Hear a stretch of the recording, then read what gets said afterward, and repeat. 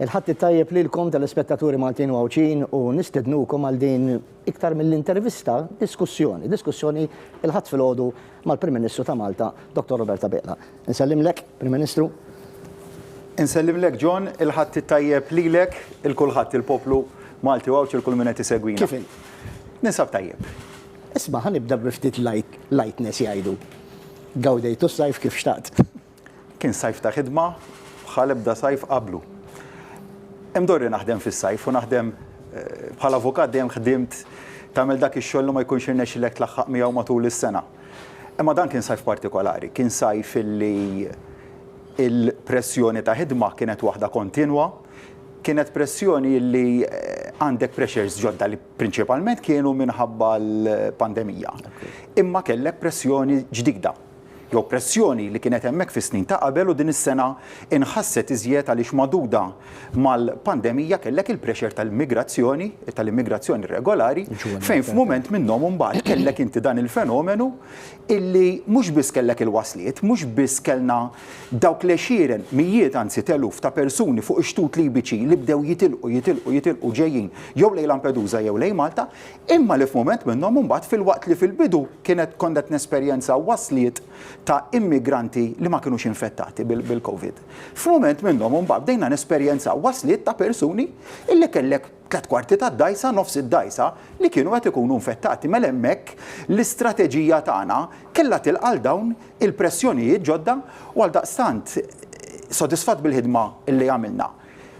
Sodisfatt ukoll li minkejja li s-sajf huwa sinonimu ma' perjodu ta' mistrieħ, das-sajf kien bil-kontra iktar ħidma imma ngħid ukoll li ħina l-familja irnexxieli nsib tibbilanċja dejjem bejn il-ħidma, il-ħin għall-familja u importanti li ssibu dak il-ħin.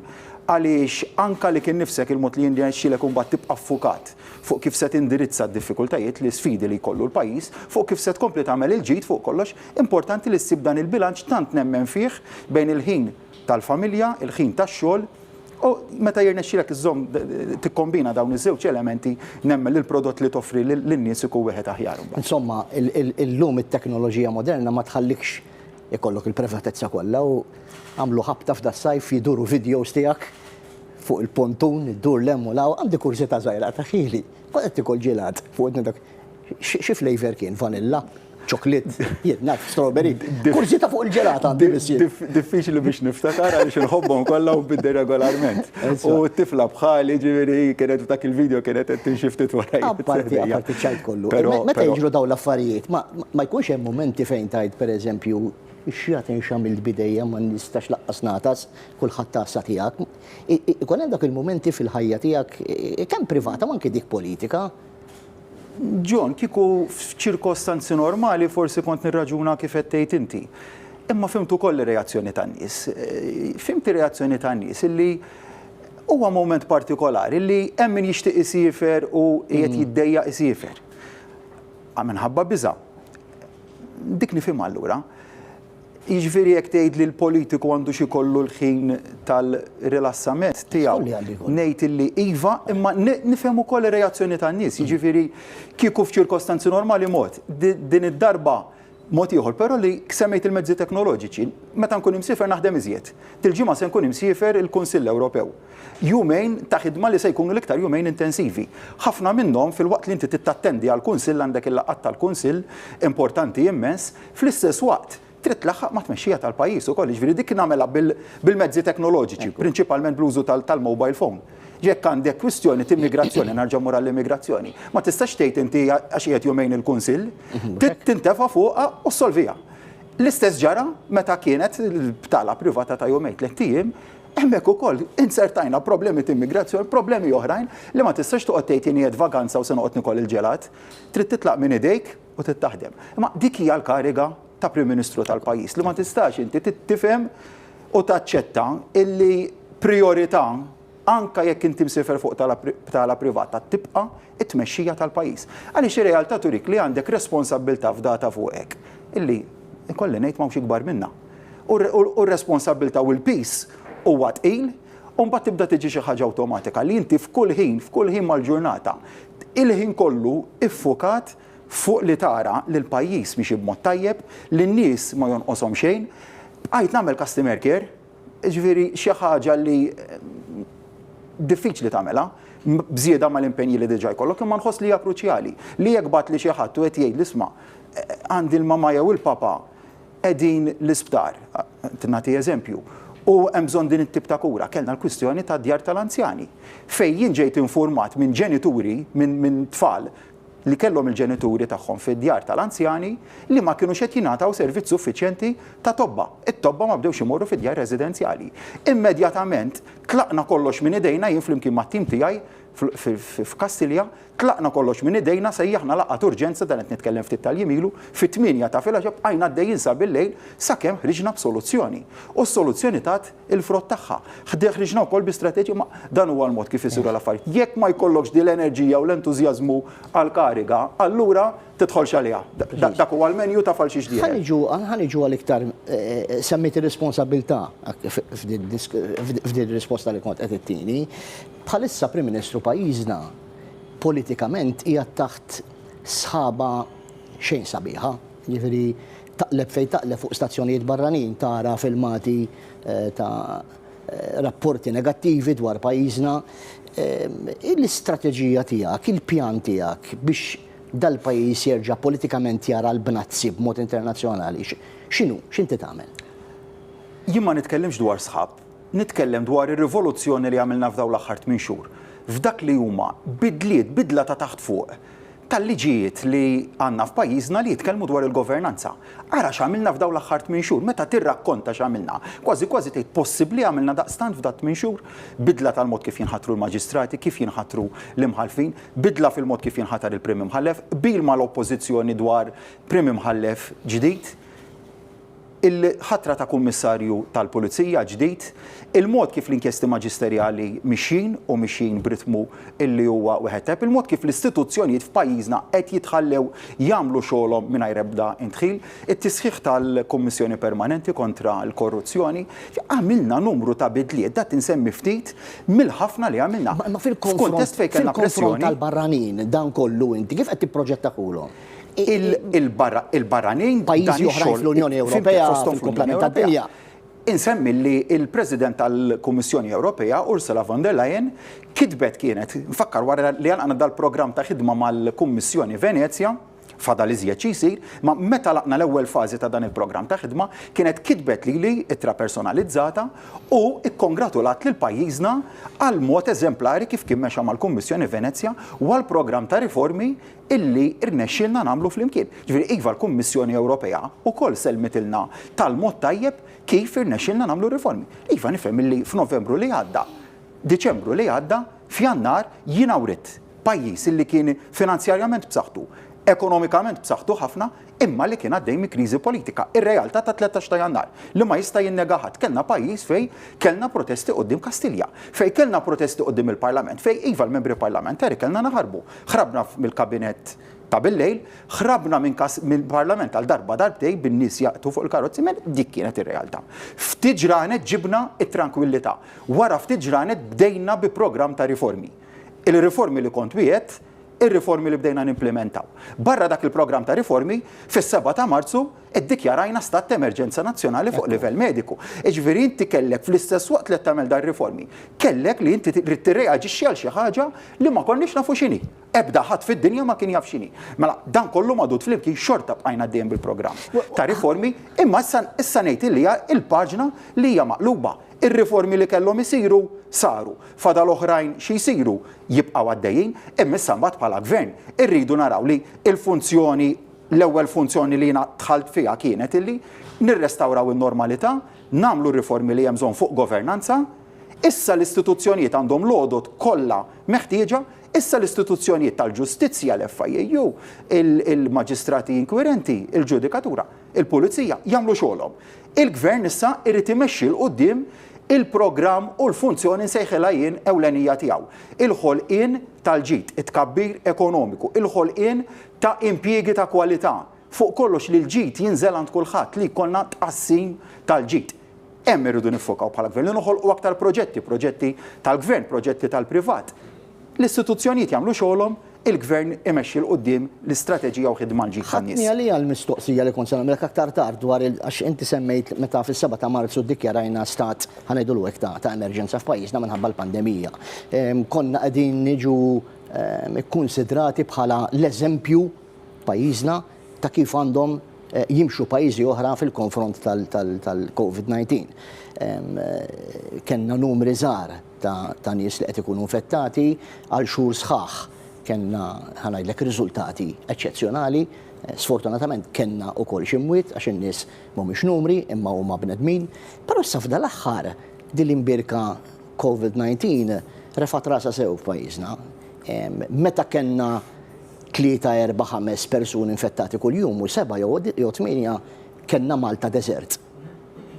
Ma tarax ruħ barra, kulħadd attent, kulħadd tassa, issa f'riċenti ikonna 70, 60, 80, kellna 105 u jisom in-nies mhumiex nikkonsidra jien mhumiex joħduha bis-serjetà di.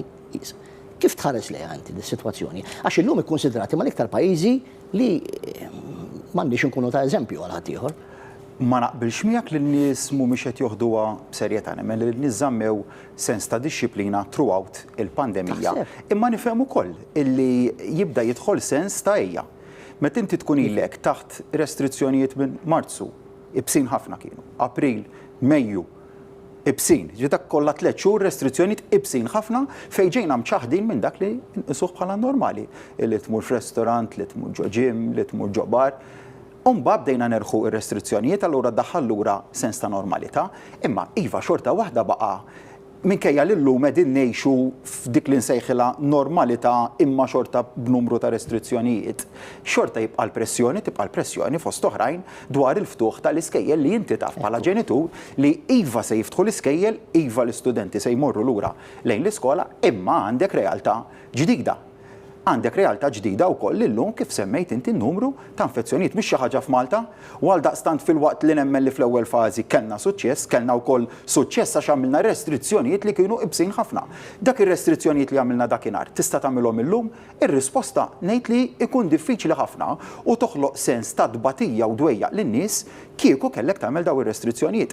Naturalment l-istrateġija dwar il-kontroll tal-pandemija tibqa' prinċipalment f'data l-autoritajiet tas-saħħa f'pajjiżna u jiena naturalment imbaxxi rasi għal dak li jgħidu huma. Ma taħsibx li hemm nies li għaddejjin minn dbatija fosthom dawk li qed jitilfu lill-leżis tagħhom anzjani għaliex qed ngħidlek hekk. Il għaliex l-anzjan linqas li għandu tort fiha di miskin. Għalhekk u għalhekk li l-istrateġija tkun iffukata prinċipalment ukoll fuq li nipproteġu lil vulnerabbli tagħna. Kull minnu vulnerabbli jekk huwiex anzjan, jekk huwiex xi ħadd li għandu kundizzjoni medika li tagħmel is-sistema immunitarja tiegħu aktar fraġli.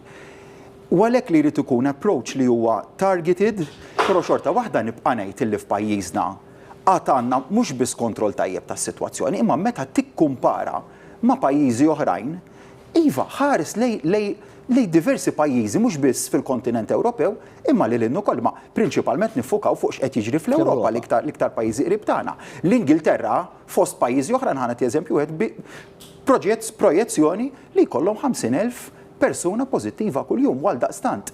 Mhux qed nagħmel infittex xi konsolazzjoni billi nħares lejn pajjiżi oħrajn. Li aħna l-istrateġija tagħna tibqa' ffokata fuq x'qed jiġri pajjiżna, qed ikollna rata għolja ta' persuni li jfiequ. Inti semmejt rata ta' numri ta' infezzjoni, f'daw l-aħħar jiem kienet inqas. Kellna rata għolja ta' persuni li fiequ. Hija sitwazzjoni fluwida li rridu narawha jum ma nkunux supervi jekk hemm bżonn li nżidu aktar miżuri, jiżdiedu aktar miżuri, imma rridu naraw ukoll li din hija xi ħaġa long term. Li mhux xi ħaġa li ħadd intemm għada, mhux se tintemm laqqas ma li jkollna l-vaċċin, jien nitlob kuljum li jkollna vaċċin illum qabel għada. Ma jfissirx li fil-mument li għandek il-vaċċin u jkun disponibbli u għamilna minn kollox biex naraw li jkollna biżżejjed vaċċin disponibbli għall popolazzjoni tagħna, ma jfissirx li l-pandemija se titlaq mill-lum għal-għada. Segwejx għal il-Prof Fauci l-inkarigat mis-sistema Amerikana li għamel dal-argument sempliċi ma jfissirx li ma l-vaċċin kif ikun fidejna se jkollok is-soluzzjoni imminenti tal-problema. Le, għalhekk tittara strateġija li mhux sprint imma pjuttost telliqa mezzana jew mhux long term, jien ngħid iktar lej long term, lej il-maratona. U għalhekk irid tfassal strateġija li tħares li dit-tellieqa se tkun waħda fit-tul li jkollna nifs biżejjed biex impassuha u li naraw ukoll li n-nies jibqgħu osservanti tar-regolamenti. Iktar ma taqsar lin-nies, iktar hemm ċans li ma jobdux ir-regolamenti. Jiena sodisfatt bil-livell ta' ubbidjenza tan-nies lejn ir-regolamenti u mod ġenerali sodisfatt ukoll. Ma nibqa' fuq il-COVID għax għandi domandi oħra x'nagħmellek, imma il-fatt li issa delwaqt jiftħu l-iskejjel, it-tfal se jirritornaw l-iskola, semmini brief l-ewwel. Jekk tħares lejn x'qed jiġri f'pajjiżi oħra fl-Ewropa fejn tfal qed imorru l-iskola fejn fetħu skejjel irġgħu għalqu u klassijiet reġgħu għalqu. X'hemm ippreparat f'pajjiżna jekk jiġri dak li ġara bħalma ġara fi Franza, pereżempju, li ġara l-Ingilterra bl-iskejjel, fetħu mbagħad reġgħu għalqu. X'qed nistennew? Ġew infasslin protokolls serji u responsabbli kemm id-Dipartiment tas-Saħħa Pubblika flimkien mad-Dipartiment tal-Edukazzjoni bil-kontribuzzjoni wkoll tal-stakeholders kollha illi huma involuti, kruċjali li jiftħu l-iskejjel. Dan il-bilanċ tant importanti, anzi, li rridu naraw aħna li ma nistgħux nitilfu ġenerazzjoni ta' tfal tagħna fl-iżvilupp soċjali u akkademiku tagħhom. L-edukazzjoni ta' tfal tagħna tibqa' kruċjali għal daqstant din kienet deċiżjoni li fost waħda mill-iktar deċiżjonijiet diffiċli illi kellna biex nieħdu ma ħadniha u ħadniha b'mod responsabbli għaliex nifhmu li ma nistgħux nitilfu din il-ġenerazzjoni. Realtà hija li ma tista' tagħti ebda garanzija li mhux se jkollok każijiet ta' studenti li taqbadhom il-COVID-19. Jekk hux waqt l-iskola, jekk hux mid-dar u ħadu l-iskola magħhom, din hija realtà. Hemmhekk ukoll hemm pjan, hemm protokolls illi għandhom jiġu fis-seħħ, li jiġu fis-seħħ jekk ikollok dik l-eventwalità, imma l-importanti huwa l-edukazzjoni ta' tfal tagħna. Bi protokolls, b'sens ta' responsabbiltà u disċiplina, imma li kull ġenitur, issa nitkellem bħala ġenitur, jifhem illi l-ħsara li tfal tagħna ma jmorrux l-iskola tkun ħafna ikbar. U titlaq minn dak il-punt ta' tluq għada b'responsabbiltà se nibgħat lit-tifla l-iskola. Għada. Nemmen illi hija deċiżjoni li ħadta b'mod responsabbli flimkien mal-mara tiegħi. Nifhem illi se jkun hemm min jagħżel sistema alternattiva ta' tagħlim. Għaliex jew ma jħossx li huwa komdu li jibgħat it-tfal f'dan il-mument, il-ġenitur għandu jagħżel u dak li jħoss li huwa l-aktar responsabbli għat-tfal tiegħu f'dan il-mument, mhux se nimxu pont tal-ħadid mal-ġenitur, mhux il-mument ta' dawn l-affarijiet. Jekk ġenitur jħoss illi jkun aħjar illi jibda b'metodu ta' online learning, mbagħad ħalluha deċiżjoni tal-ġenitur. Ġifieri ġenituri liberi jekk jibgħatux lulidhom l-iskola jew le? Mhux se jkun hemm il-multi u l-proċeduri f'dan il-mument. Għaliex nemmen illi ikun kontroproduċenti. Illi inti tmur bifrosta f'mument bħal dan. Ma naħsibx li huwa l-approach illi huwa korrett, però l-prinċipju l-messaġġ li ħadd nibgħat bħala ġenitur se nerġa' nitkellem, jien nemmen illi xejn ma jirrimpjazza l-edukazzjoni fiżikament ġol iskola. Il-preżenza ta' tfal ġewwa l-klassi u rajna li l-ambjent ikun wieħed sigur fiċ-ċirkostanzi li ninsabu fihom, jekk wieħed iħares il-miżuri li ttieħdu, forsi se jkun hemm min jgħid mortu overboard fil-miżuri, ngħid ma morna overboard xejn. Għamilna dak li huwa meħtieġ anke biex nagħtu serħan il-moħħ lill-ġenituri li jibgħatu tfal l-iskola. L-online system ta' tagħlim hija replacement. Ma nemminx li hija replacement sodisfaċenti jew adegwat biżżejjed biex jirrimpjazza l-edukazzjoni li tiġi trasmessa b'mod fiżiku fil-klassi. Però ejja nagħtu s-sitwazzjoni, ejja nħallu l-ġranet jgħaddu. Ejja naraw li nkomplu nżommu wkoll fis-soċjetà tagħna n-numri li huma baxxi, jiena sodisfatt, anzi fiduċjuż illi l-ritorn lura lejn l-iskejjel se jkun wieħed illi jkun tajjeb.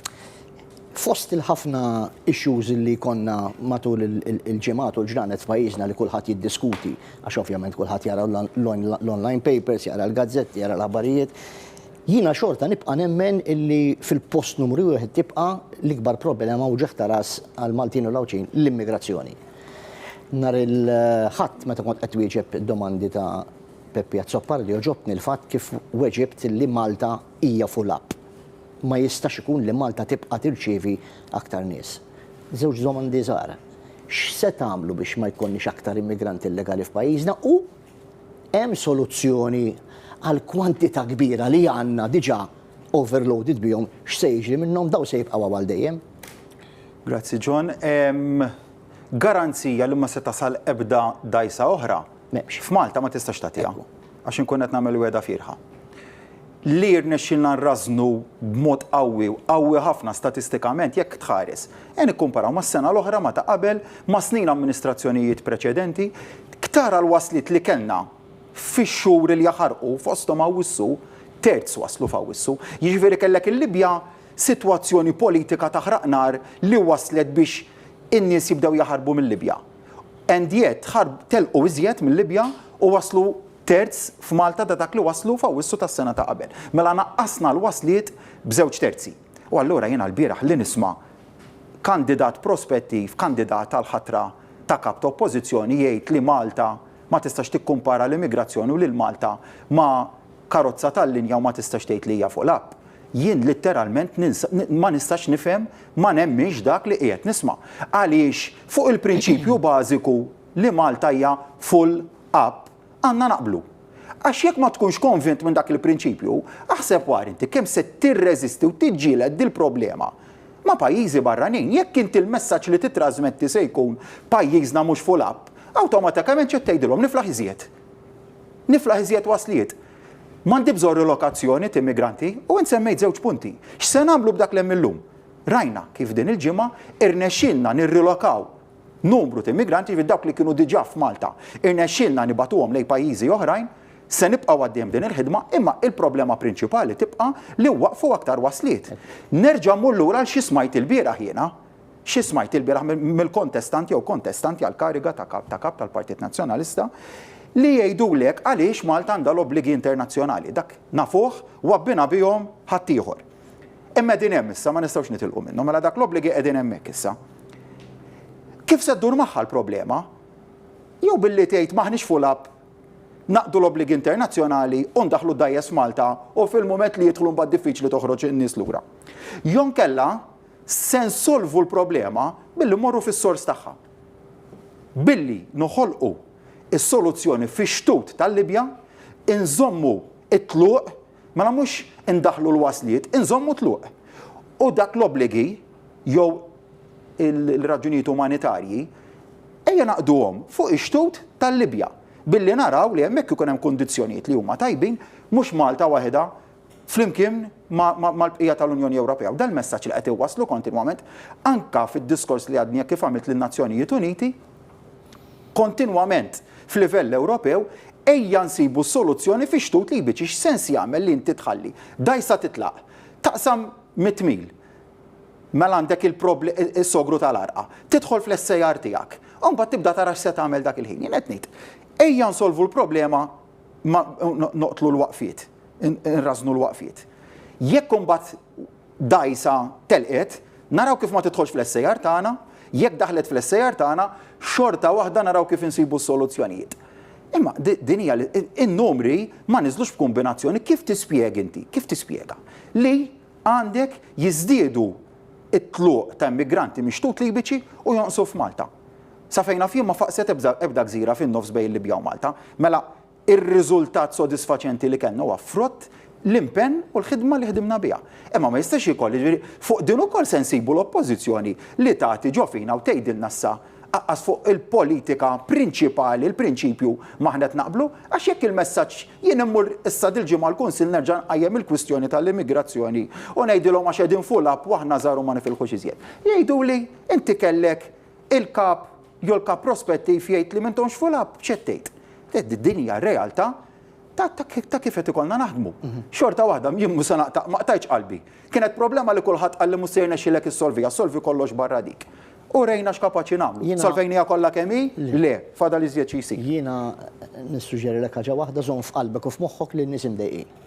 In-nies imxembajn bis-sitwazzjoni.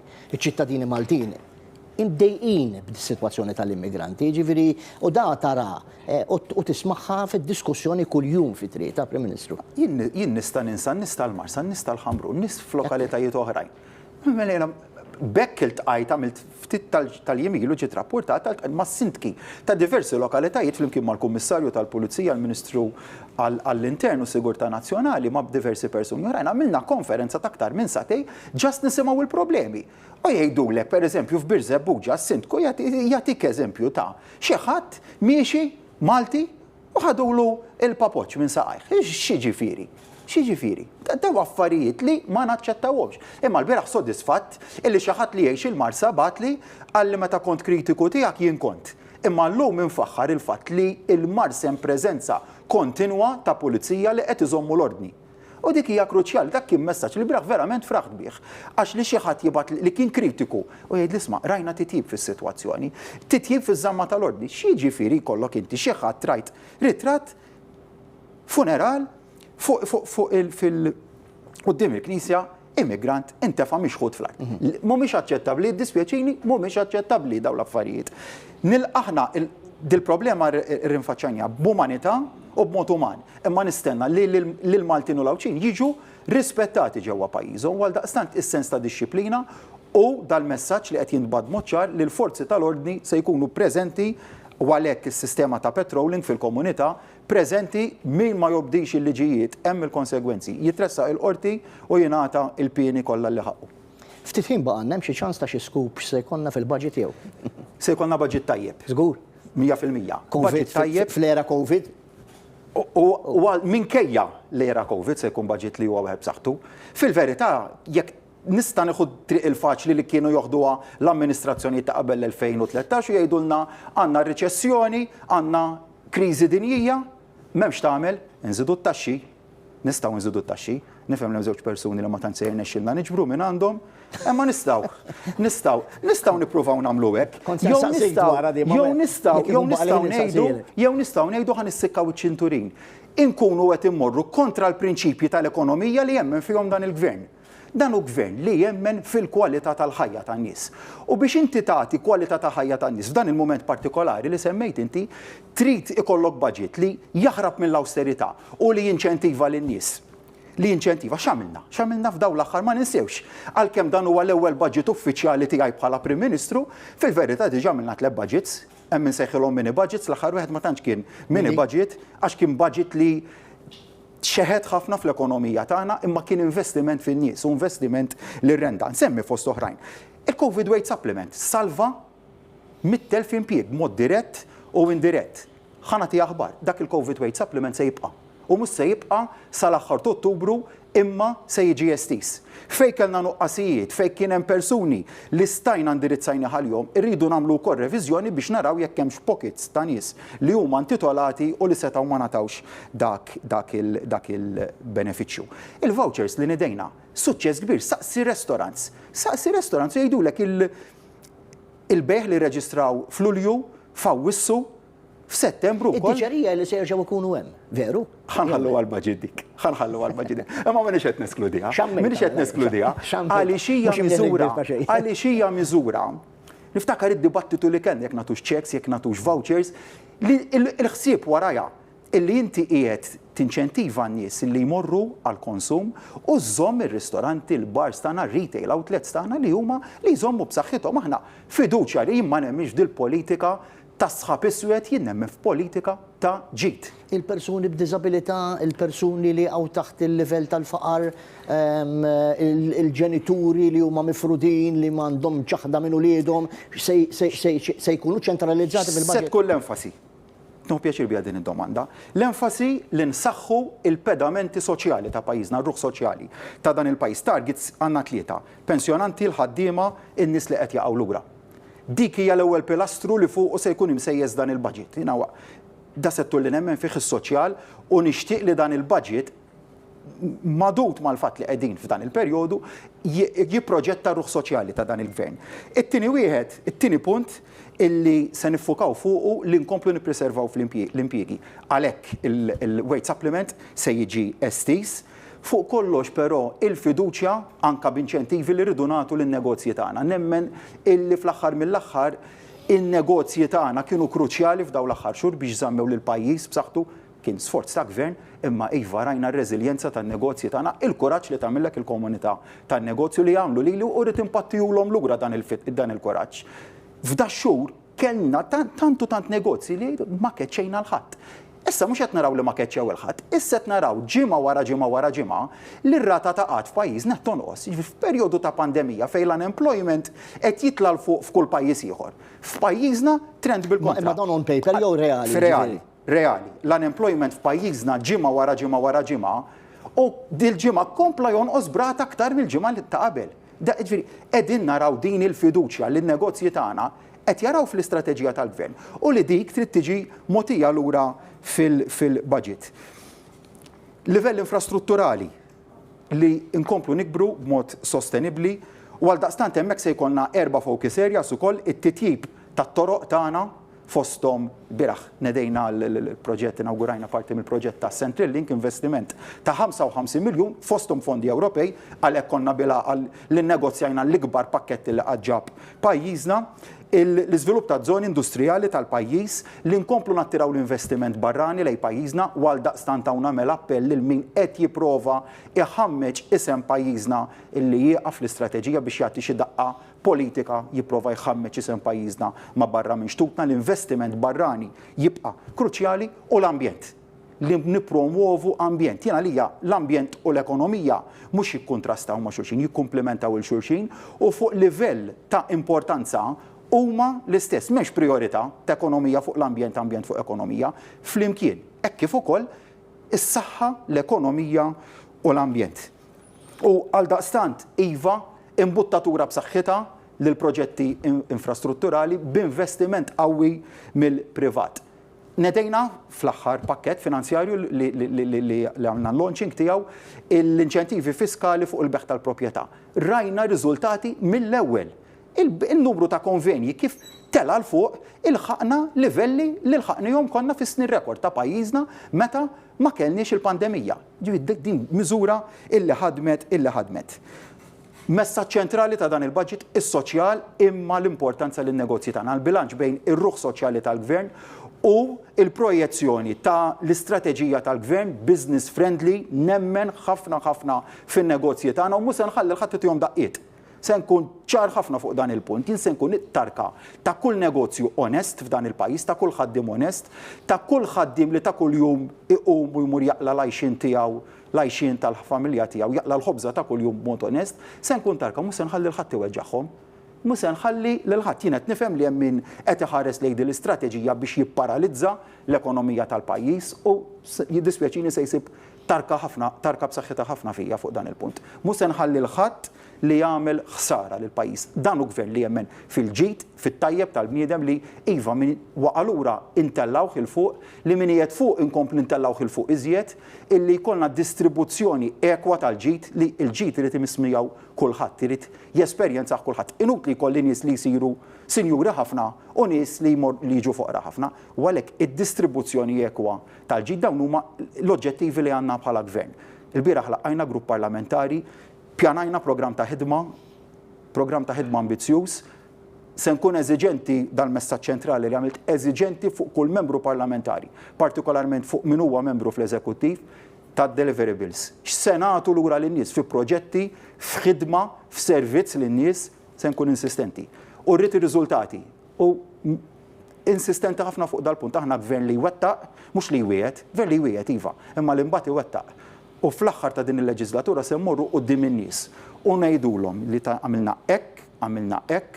hekk, issa ġudikawna fuq jekk ħallejniex Malta aħjar milli sibniha jew le.